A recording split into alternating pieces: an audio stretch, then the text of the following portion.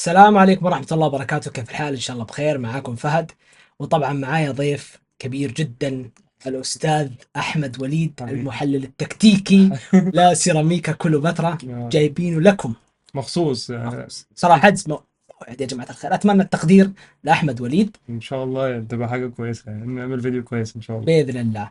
اليوم إن شاء الله طبعا زي ما وعدت البعض منكم إنه حنتكلم طبعا على مجموعات كأس العالم واللي حيصير في كأس العالم. لازم أجيب شخص معايا برضو في كأس العالم. أحمد وليد يشجع الأهلي المصري بالظبط. في مجموعة طبعا احنا الاثنين مختلفة. موجودين في كاس العالم، بالضبط. الهلال والاهلي يعني. ده الفرق اللي بنشجعها، بس النهارده هنتكلم على كل حاجه، هنتكلم على بالضبط. كل الفرق الموجوده. خاصة ان انا السيتي في كأس العالم بس آه، هو ليفربول ما هو في كأس العالم. الحمد لله معليش الحمد معليش لله، معليش خير. معليش. حنبدأ بإذن الله نتكلم على مجموعة وحنركز طبعا على المجموعات اللي فيها الفرق العربية، لأن هي طبعا الاهتمام لها أكبر، فحنركز في المجموعات الأهم صراحة. هنتكلم عن الفرق ازاي حضرت لكأس العالم نفسه بصفقاتهم والمجموعات، مين المرشح الاول في كل مجموعه ان هو اللي يصعد، مين المركز الثاني وهكذا يعني. صح.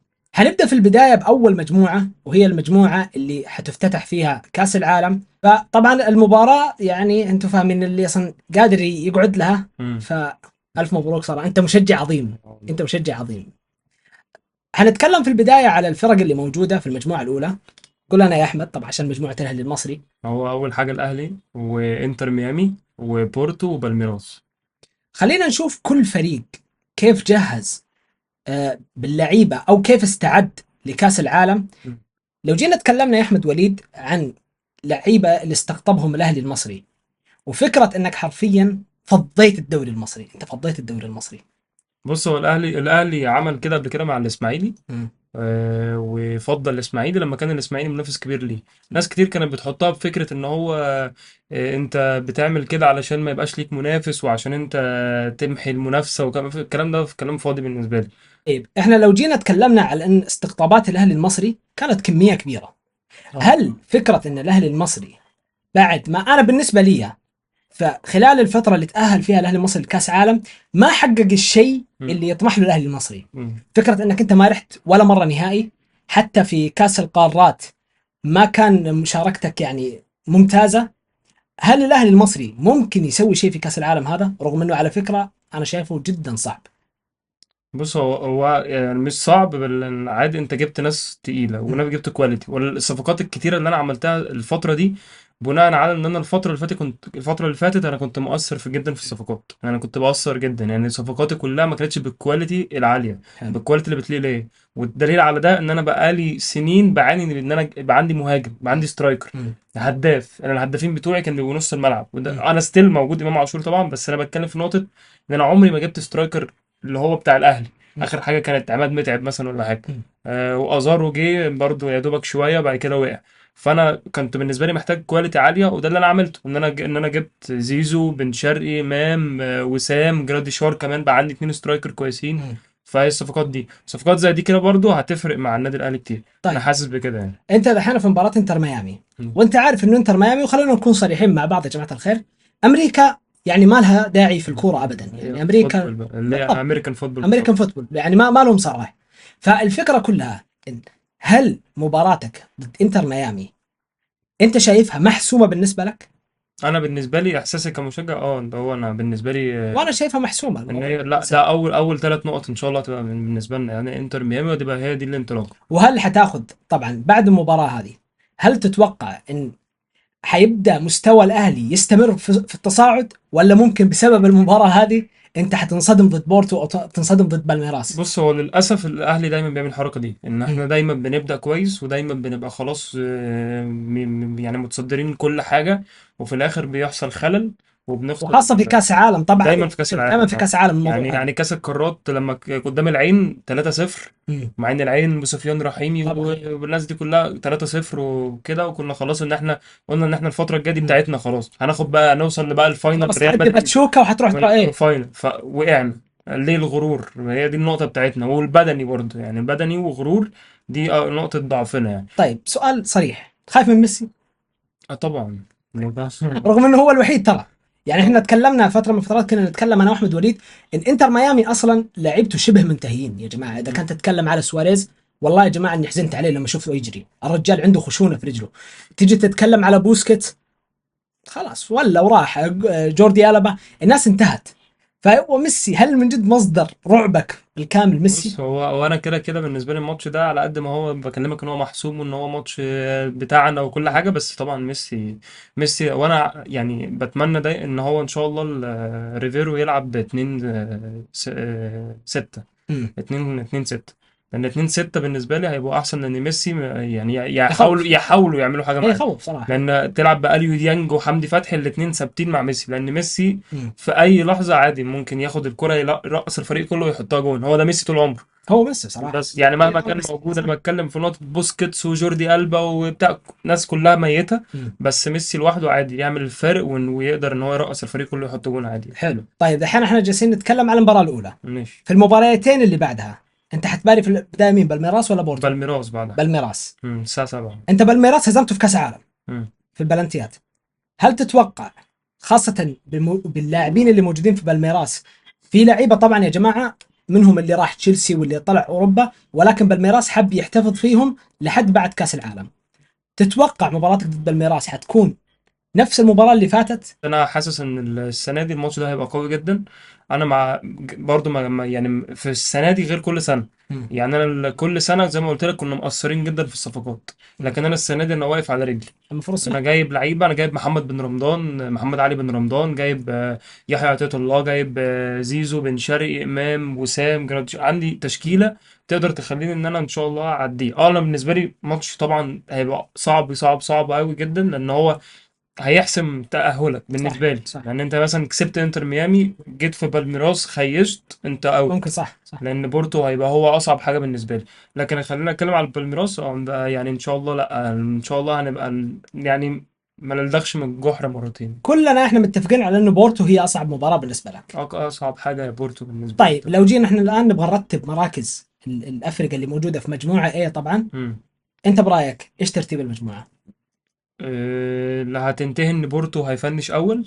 بورتو هيفنش أول. الأهلي إن شاء الله بإذن الله التاني.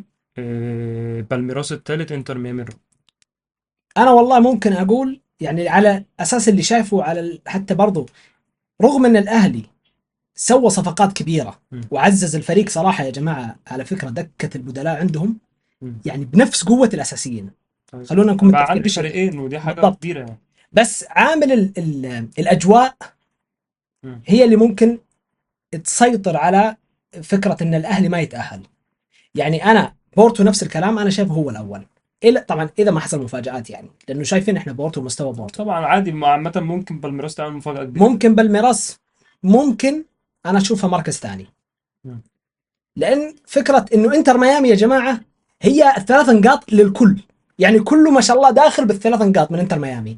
فالمباراه اللي بعدها هي اللي عاد اللي تشوف انتر ميامي مثلا، سيبك من انتر ميامي، الاهلي المصري ضد بالميراس في حاله تعادل، برضو الاثنين ممكن يكونوا 4 نقاط. الفكره انه برضو بورتو والاهلي المصري هي اللي حتخل في وزن الترتيب. فانا اقول ممكن، ما ادري عاد، اقول ممكن بورتو، بالميراس، الاهلي، انتر ميامي. المجموعه الثانيه مجموعه باريس سان جيرمان واتلتيكو مدريد، بوتافوغو، واللي هو الفريق هذا سياتل. سياتل. أمريكي برضه. آه أبيض أبيض أبيض أبيض، والله العظيم أبيض. ده بقى إحنا لعبنا قدامه، الأهلي لعب قدامه أبيض. لا لا هو شوف بيلعب ب 90 دقيقة. ال 11 اللي بيركن الباص، في ال والله اظن 90 حتى دقيقة. لو يركن اقسم بالله ولا ممكن تيجي يمشي. له، لا هو ما بتمشيش. ما كسبناه تمشي. 3-0 وهو راكن الأتوبيس. كذا. والحارس بتاعهم سيء جدا في الشوط من بعيد. ما دام كذا انا شاري مباراته ضد باريس يا جماعه، امم. ابغى اشوفه ضد باريس وش يسوي. لانه انا شايف باريس حيكون الاول، طبعا يعني طبعا حيهزم الكل تقريبا، طبعا. والثاني حيكون اتلتيكو مدريد بص، هو باريس، اتلتيكو مدريد، بوتافوجو وسياتل. سياتل سياتل. هيبقى حصان يعني، بالضبط مش هياخد نقطة. بالضبط. نروح لجروب سي، وجروب سي اللي انا شايفه والله يعني ترى مو بص، هو بايرن ميونخ، اوكلاند سيتي، بوكا بوكا جونيور، جونيور بنفيكا. بنفيكا. هو بنفيكا. بص بايرن. بص هو بايرن كده كده هيحسمها الاول، بس نقطة بنفيكا وبوكا جونيور دول هيدبوا في بعض، مش هتخرج سهل. بس على فكره بوكا مو بوكا اللي نعرفه، يعني ماشي له بس. فتره وتاهل اظن بوكا، يعني اما خاب ظني زي هو تاهل اصلا كده كده 2021 شيء زي اللي كذا هو من زمان. زينا زي حوار مثلا الاهلي اتاهل بسبب الوداد اللي هي 2021. بالضبط بالضبط، لكن فاتوقع هو هنا بوتافوجو هو اللي كان البطل. هو كان بطل اخر نسخه، لو ما خابتنيش الذاكره ايه. يعني، بس هو كان اخر بطل اخر نسخه. انا اتوقع بنفيكا، بوجهه نظري اني شايف انه بنفيكا هو اللي ممكن يتاهل كثاني. الاول بايرن ميونخ، بسم الله الرحمن الرحيم. بس فهو عن بايرن ميونخ مم. شايف ان بنفيكا هيعدي عادي الضرب اللي بيحصل مع بوكا جونيور، وبوكا جونيور تالت واوكلاند سيتي رابع، برضو اوكلاند هيبقى حصاله. بالضبط بالضبط. طيب. جروب دي عندنا في فلامينجو، عندنا الترجي، عندنا ليو وتشيلسي. مجموعة سهلة لتشيلسي وفلامينجو، سهلة جدا. عندي نقطة بتكلم فيها هنا مع احترامي الكبير للترجي. مم. الترجي بعيد جدا جدا جدا عن المنافسات العالمية والأفريقية، بقاله سنين، هو بقاله برضو 5 سنين الترجي تاهل من لما كسبوا من زمان من برضه. زمان. اوكي. فهو الفكرة نفسها في نقطة إن هو يعني الترجي غايب بقاله فترة. مم. ولا منافسات أفريقية، للأسف الشديد مستواه بقى صعب يعني، تحت. منافسات انت عارف عالمية المشكله فين؟ غايب عنها. آخر مرة لما لعب الهلال اوه دي قبل كانت سنوات آخر مرة. قديمه دي. فالترجي ما عندوش دلوقتي حتة إن هو يقدر يلعب تشيلسي ويقدر يلعب فلامينجو والناس دي كلها. المشكله الكبرى في الحوارات هذه يا جماعه، ان الافرقه اللي موجوده تلاقيها تاهلت من 2021، أو من من زمان. 22، يعني زي فكره اغلب الانديه كده. مم. يعني الاتلتيكو مدريد والطقه هذول ترى على فكره ما تاهلوا من حاجات قديمة ايوه يعني، اليوم نقط، لأن هو الموضوع كان نقط. نقط وترتيب والكلام هذا. مم. فتنصدم طبعا بالفرق هذه. فانا على اعتقادي كان الترجي، لان انا صراحه ماني متابع بطوله افريقيا بص، الا لما الاهلي يوصل نهائي. هو كان ساعتها كان في منافسة بين الترجي وتقريبا الزمالك. كان بينافس حد يعني، انت هو مش ما فاكر كان الوداد ولا الرجاء؟ بص، هو كان الترجي والزمالك تقريبا، او الترجي وفريق تاني. امم. كان بينافس على النقط، والموضوع النقط اتحسم لما الترجي كسب. بطوله افريقيا. لا، مش بطولة افريقيا، كان في ماتش مهم، كان ساعتها صن داونز، وساعتها كسب صن داونز في ملعبه لا طب هو يعني ما تأهل كبطل افريقيا؟ بنقط. لا، النقط اوكي. الموضوع ده كله ماشي نقط. اوكي، فانت كده تقول تشيلسي فلامينغو انا بقول ترجي. تشيلسي فلامينجو ترجي اليوم. انا برضه حتفق معه صراحه، ولو اني كنت ابغى اسوي نفسي شويه يعني. الترجي، بس والله الموضوع خاف انه يكون حتى حصل. انا زعلان والله، بس يعني هو ده الحقيقة بصراحة. بعد كده عندنا جروب اي. جروب اي ده ريفر بليت، مونتيري، اوراوا وانتر ميلان. اوراوا طبعا وراوة حصاله. وراوة حصاله. واتحدى وراوة هذول. والله يا وراوة، لو واحد يسمعني من وراوة، لو شفتك، بس لو شفتك، بس والله العظيم يا جماعه انه وراوة فريق محظوظ، اقسم بالله من اكثر الفرق اللي حصل ما يكون مسوي شيء حرفيا، حصل. يجي ضد الهلال في النهائي. طبعا لعيبتنا كانوا وخاصه. كانوا يعملوا كده مع الاهلي، ما بس اقول لك الاهلي شيء غريب. ايوه لا انت خلاص انا انت. فلتت ساعتها، كنت هيحصل معايا نفس الكلام، كنت كسبان 3 رجعوا عليا احنا 2. ما في امل يعني. انت اوراوا ما اعرف هل يدخل في نفوس لعيبه نادي الهلال لدرجه انه حرفيا يا اخي احنا ضيعنا بطولتين اسيا بسببه. فهمت كيف؟ احنا ضيعنا حرفيا.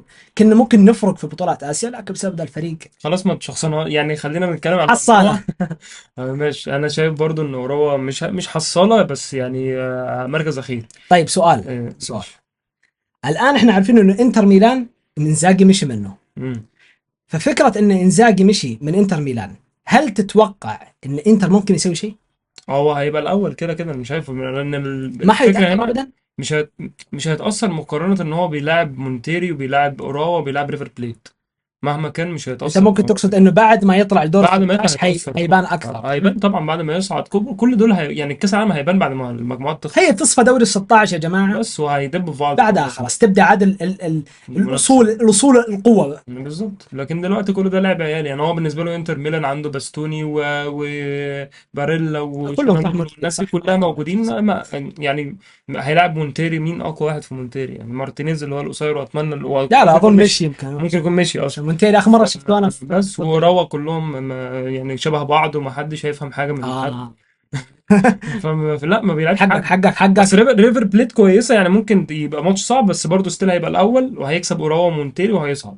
يعني انت وريفر بليت نفس الكلام، هيكسب مونتيري وراوا ويصعد، هو يعني انتر ميلان ريفر بليت اه مونتيري وراوا. مونتيري وراوا ممكن اوكي انا. حط وراوا في المركز الاخير برضه اللي هو مصمم. اي مصعب. لا لا والله يا وراوا، انا زي ما اقول لك لو شفت واحد من وراوا انت رجال تعال. بس طيب الجروب اللي هو جروب اف. اف، في دورتموند، في اولسون.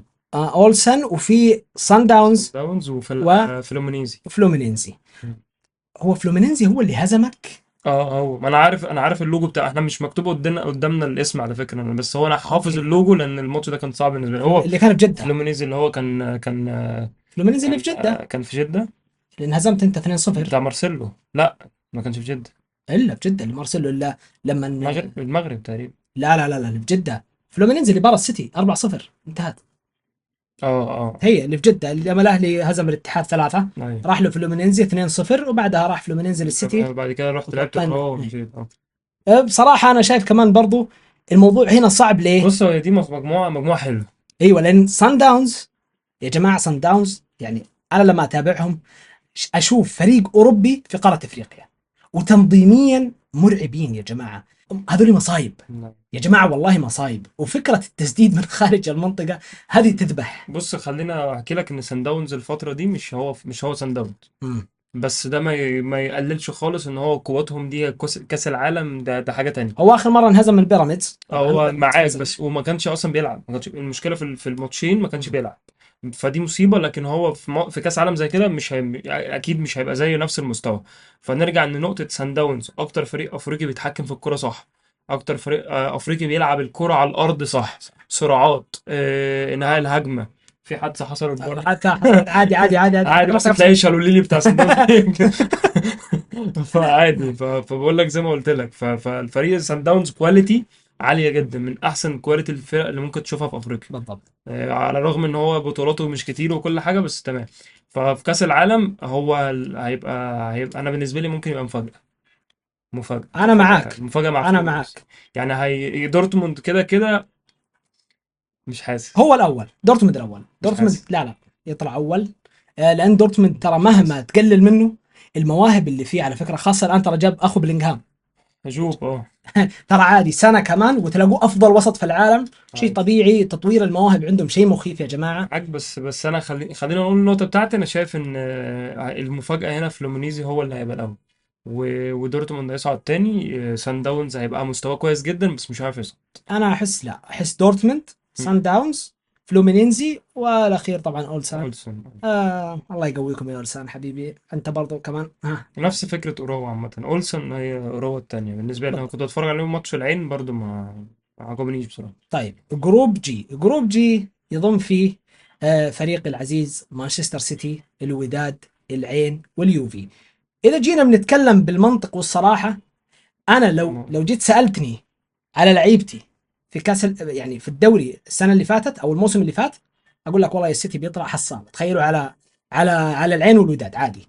لكن بعد الصفقات، شرقي وتيجاني وآية نوري على اليسار، لا الموضوع حيفرق جدا جدا جدا معانا على فكره. بص، انا زعلان يعني. جروب زي ده بيزعلني، لان انت عندك الوداد والعين هيتبهدلوا، هيتمرمطوا. لا انا ما اهتم للعين صراحه. لا. لا، انا بالنسبه لي الاثنين والله زعلان عليهم، لان الاثنين هيتمرمطوا بجد. انت عندك اول ماتش الوداد بس تقريبا دقيقه، هيفوز والسيتي. بس ثواني، في مفاجآت على فكره في المجموعه هذه. انت شايفها كذا؟ الوداد وقع مع عمر السومه كمهاجم. سعودي بقى ومجنون بعمر السومه لا صفقه. صراحه انا، صفقه ولكن صفقه والله يستاهل. سريعه. لا والله يستاهل. بص، هو يستاهل تكريميا لمسيرته ان هو تكريميا يلعب كاس لمسيرته العالم. اقسم بالله والله انا فرحت له الراجل جدا الراجل يعني. ده، انا هو على شخصيا انا فرحت له، بس يعني انا معاك ان هو المفروض يتكرم ان هو يلعب كاس عالم والنقطه دي، بس لا، مش صفقه. والعين، فدي ما تأثرش في حاجة. العين يا جماعه اللي نعمل صفقات حلوة صفقات حلوة حلوة أوي أوي. فوق ما هي حلوه. انت فكره انه يكون عندك تدخل بكاس مم. عالم ب 22 اجنبي، دي حلوة أوي. انت ممكن تسوي شيء مفيش فريق عربي عادي. بيعمل كده أصلا. اي عادي تسوي شيء، بس لو ما كنت في هذه المجموعه. مم. لان المجموعه هذه انا شايف السيتي واليوفي مهما كان أنت العين صعب. عندك سفيان رحيمي واخو وكاكو. سفيان رحيمي اظن أخوه. وقع، اظن ما خاب ظني وقع معاهم برضه. سفيان رحيمي وكاكو وجابوا رامي كوكوليلو. ربيعة ومش عارف رامي ربيعه انتبهوا يعني ها. ماشي، وجابوا صفقات كتير حلوة أوي. بس مهما كان برضو زي ما قلت لك، لو ايه اللي حصل، ما فيش. هي يوفنتوس وسيتي ما فيهاش. ويوفنتوس اللي سويتوه فينا في دوري الابطال، باذن الله في قدام العالم والله لا نردها. حتشوفوا باذن الواحد الاحد. عامة أنا شايف إن يوفنتوس اللي هيبقى الأول. لا لا لا لا لا, لا. ما هذه الدرجه. شوفوا تبوا الصراحه، لابس التيشيرت بتاعهم. بس اي والله صدق، بس شوفوا تبوا الصراحه، انا اتمنى ان اليوفي يكون الاول ولا السيتي. ليه؟ عشان عشان يبقى اخف. المجموعه الاخيره، اه. عشان المجموعه الاخيره اللي، شوفوا يا جماعه، اتوتر اتوتر، الكلام بدأ يقلق. ريال مدريد عيب، ترى احنا وصلنا نهائي معكم، عيب يعني خلاص ايه. شوفوا 2-0 والله العظيم تمام. بس انت حظك كويس، انت هتصعد عامة في مجموعة زي دي. بقول لك شيء، انا اصعد لو كان وقعت مع لعيبه بالشكل الحالي. يعني مم. الفكره كلها صارت ضدنا، فكره انه انزاجي مدرب عالمي ورهيب وحيسوي فارق السنه الجايه، مم. ما هو طبيعي. بس تطبيقه ال 3-5-2 مع الهلال في الفتره البسيطه هذه، او حتى 3-4-3، انا سمعت خبر انه ثلاثه حيلعب 3-4-3. بص هو تقريبا لحد دلوقتي، معلش لو بقاطعك، بس هو لحد دلوقتي هو بالنسبة لي في المجموعة في كل دول أسوأ فريق حضر لكأس العالم هو الهلال. والهلال انت أسوأ لو فريق. تستبعد اللي هم الناس اللي يعني جايين مشاركه بس، الهلال هو أسوأ فريق حضر لكأس اسوأ العالم. فريق تحضيرا. الفريق ما جابش غير صفقات تقريبا علي الأجامي تقريبا واحد. لجامي وكويس اشترينا عقده، آه. ودارسي ما باعوا لنا عقده الاهلي. مين ده؟ دارسي لاعب الاهلي اللي هو الجناح يسار اللي يسموه الياو السعوديه، اه ايه ده؟ احنا جبناه بس الاهلي باقي شهر بعقده، رفض انه يبيعه ويبغون نفس ندفع مبلغ والله ماني نفس دافع عنه. حركة الزمالك اللي كان عايز زيزو، اللي كان على الزمالك زيزو. كان عايز يعمل الحركة دي مع زيزو، والليفربول عمل كده مع أي. ريال مدريد على ترينت. لا بس هذا شهر، وترينت هذا باقي على ما عقده شهر بس. ما هو نفس الكلام، كيف؟ نفس النقطة، كان صراحه فاضل كام يوم كمان. ما ندافع عشان دارسي انت ف... فاهم. فبس ساعتها دفعوا يعني وخلصوا الموضوع.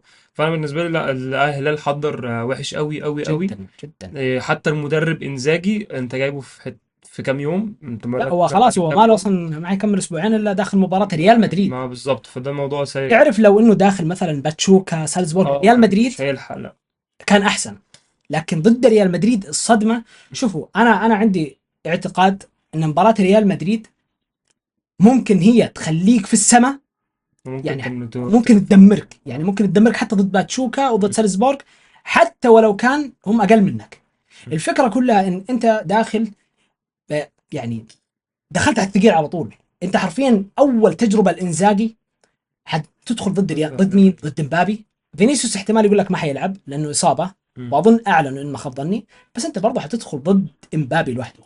فممكن شيء زي كذا يدمر الفريق، او ممكن تنهزم وتطلع بشكل محترم، حتفرق معك في كاس العالم. مم. انت باتشوكا وسالزبورغ، الموضوع الهلال اعلى منهم بامكانيات بكثير. بص هو اعلى، بس تخاف من سالزبورج شويه، تخاف من باتشوكا شويه. انت ما شفت الاخبار انه سالزبورغ اصلا اغلب لعيبته مو جايبهم، اصلا الاساسيين لا، مو جايبهم كنت اصلا. اعرف. ايوه، وباتشوكا بيني وبينك بقى، باتشوكا بص، انا من الاهلي المصري شايف انه هذا مو فريق اصلا. هو كده كده، بس هم برضو يعني الفرقه دي برضو بتقلق منها شويه تمام، بس انا ستيل عند وعدي ان انا كده كده ريال مدريد هيصعد هو والهلال. انا شايف اوف لو الهلال. نهزم ريال مدريد، لا مش الدرجه دي، ما نطلع اول، تقفرش. السيتي يكون ثاني، لقمنا ما خلاص احنا. تقفر ما تقفرش، هو الريال مدريد والهلال هيعرف يتعامل شويه مع باتشوكا وسالزبورج يعني، وربنا يستر. خايف واحس شوف انا عندي حاجه بس ما ادري صراحه، هذه حنكه مني. مم. لو جينا تكلمنا على الفرق اللي قدامك هنا في جروب الهلال طبعا، فكره ان الهلال هو الفريق الوحيد اللي اللعيبه نفسهم فهمت، فاهمين بعض، هم اللي ما غيروا تغييرات جذريه في الفريق. مم. فممكن يكون عامل ممتاز عشان تسوي شيء ممكن. ممكن عادي. فكرة إنزاجي لو قدر يرجع مستويات اللاعبين، لو قدر يعني يفوقهم من الآخر، خاصة أرجع وأقول لكم في واحد لو فاق أنا أتفائل، هو مالكم. بس مالكم مصيبته السنة اللي فاتت وراني وجه، أنا من جد والله خفت. قلت كيف إنه لاعب يكون نجم دوري كامل في السنة اللي قبلها و- يصير من أسوأ النجوم اللي في السنة اللي بعدها. الموضوع صعب ف بصراحة. فهل وخاصة بعد ما أنشيلوتي أعلن قال إني أنا اللعيبة في كأس العالم حلقي عليهم نظرة يقول لك، وممكن اخذ منهم، فممكن هذا يكون حافز للبرازيليين اللي عندنا. مم. ممكن عادي. فالفكرة ان هل انزاجي حيقدر يفوق اللعيبة ويرجعهم؟ لو قدر يا جماعة، والله السكواد اللي لو شفت السكواد، احنا دحين قاعدين نقلل، بس لو شفت سكواد الهلال ترى مو سكواد سهل، يعني سكواد. سكواد الهلال اي كويس جدا طبعا. يعني انت يعني تتكلم على بتتكلم كويس. اللعيبة الاجانب، بونو كوليبالي، نيفيز، سافيتش، مالكم، متروفيتش، لودي ورا كمان. كانسيلو. كانسيلو. فلا في فريق. في فريق حلو بس طبعا، بس يعني انت الفكرة نفسها في المستوى نفسه اخر فترة ما كانش احسن حاجة. فهو ده خوفك، بس ان انت بالضبط. تخاف ان يلعبوا بنفس المستوى. ولكن انا عامة برضو عندي نقطة واحدة زي ما قلت على سان داونز، مم. ان انت ده كاس عالم. سيبك من المستوى ده انا قدمته اخر فترة، كاس العالم هخش انا ببقى مختلف صح، تماما. ممكن يكون صح. في حماس، في تنشنة، في لعب، في التحامات، فده كل ده هيأثر معايا انا وهيديني انا قوة يعني. وبس زي ما قلت لك ان شاء طيب الله خير. السؤال، هل متوقع ان انزاجي خلال الفترة البسيطة هذه ممكن يظهر شيء؟ هيغير شكل الفريق عادي، بس مش قدام ريال مدريد.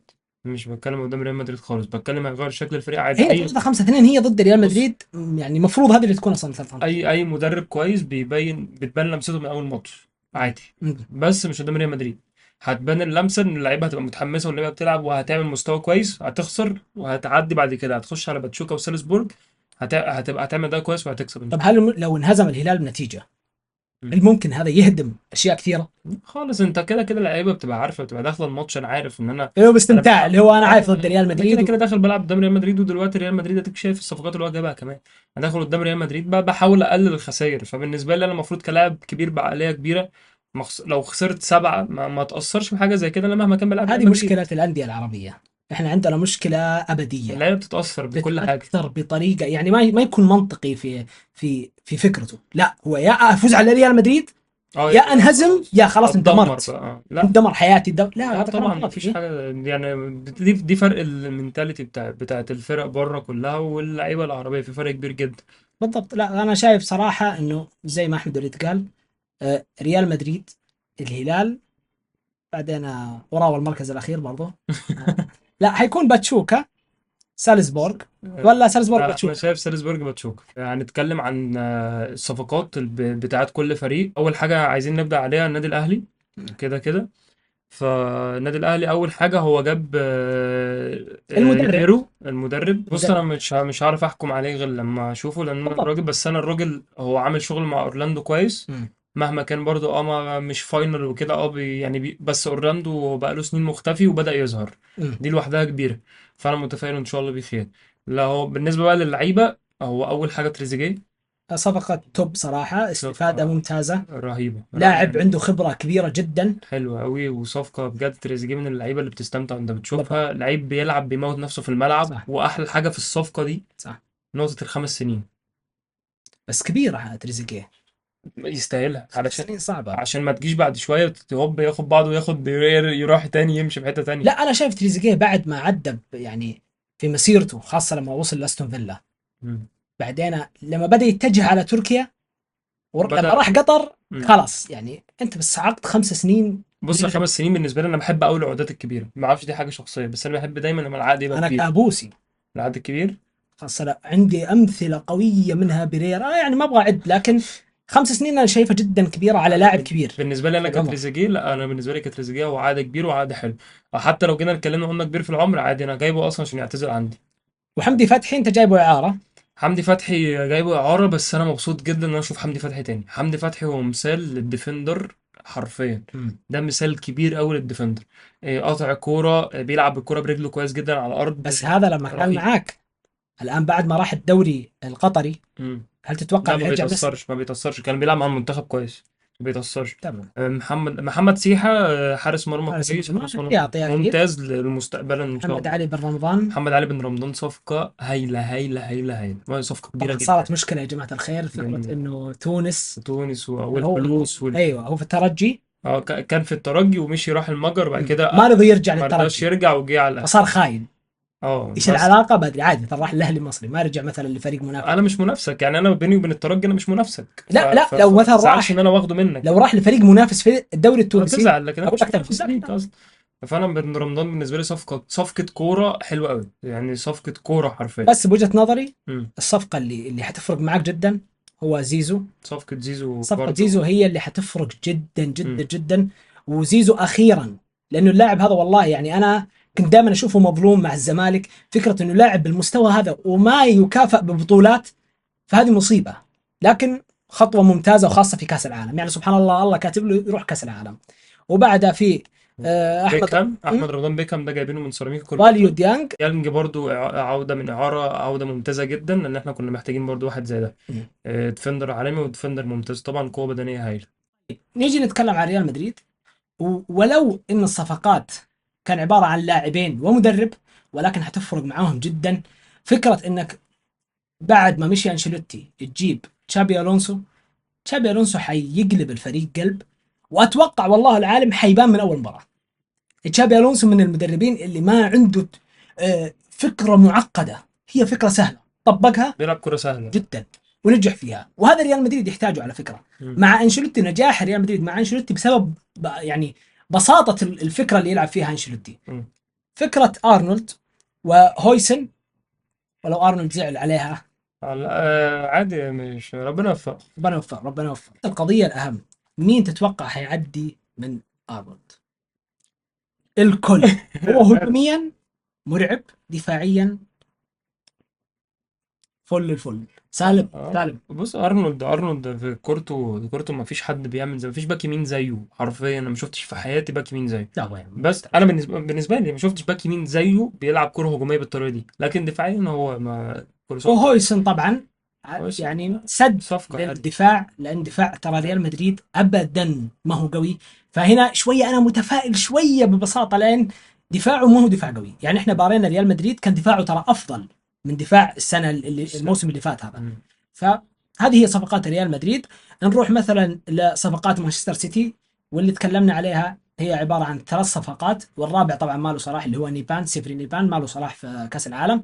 حسمنا 3 صفقات اللي هو شرقي ورايندرز وآيات نوري، والثلاثة طبعا توب وحيسووا فرق شاسع، خاصة انك اخيرا انا الحمد لله والله توقعت اني ممكن ما اكون عايش لما السيتي يجيب ظهير يسار.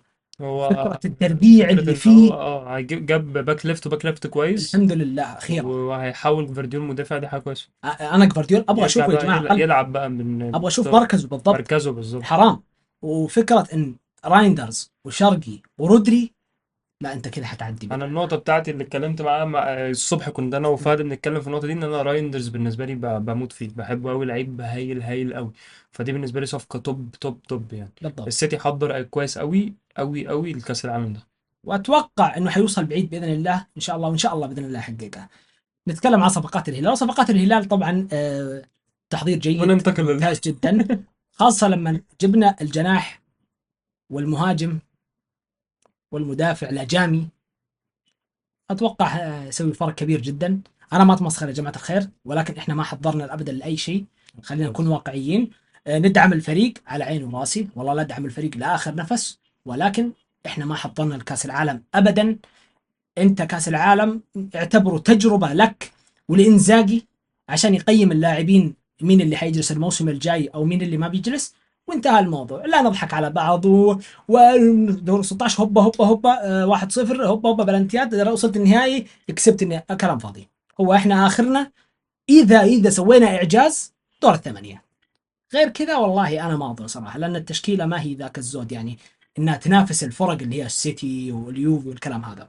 وبشكل عام يعني في الاول وفي الاخير كاس العالم مستحيل تتوقع وتتنبأ اللي يحصل، لان في الاول وفي الاخير هذه من انواع البطولات اللي فيها المفاجآت جدا كثيره. كبيره جدا. هي ما هي دوري، لا هي عباره عن مجموعات بسيطه في البدايه. من دور ال 16 حتبدا المفاجآت. طبيعي انك تشوف فريق صغير يطلع فريق كبير، هذا شيء متوقع وطبيعي، خاصه ان هذه اول نسخه من كاس العالم. اتمنى ان شاء الله انها تنجح، لان فكرتها حلوه، ولو ان فكرتها حلوه، توقيتها جدا سيء، والتوقيت جدا توقيت سيء. وحش جدا، بس هي فكره حلوه. مم. وان شاء الله باذن الله ربنا واعطت يوفق. كاس العالم قيمه، اه، لان كاس العالم انتم عارفين كان الفرق الاوروبيه تعاملوا كانه يجوا من نص نهائي، النهائي يوصلوا نهائي، وخاصه الان القارات من النهائي، مستنيك في النهائي. وحشة وحشة قوي، بس النظام ده كويس.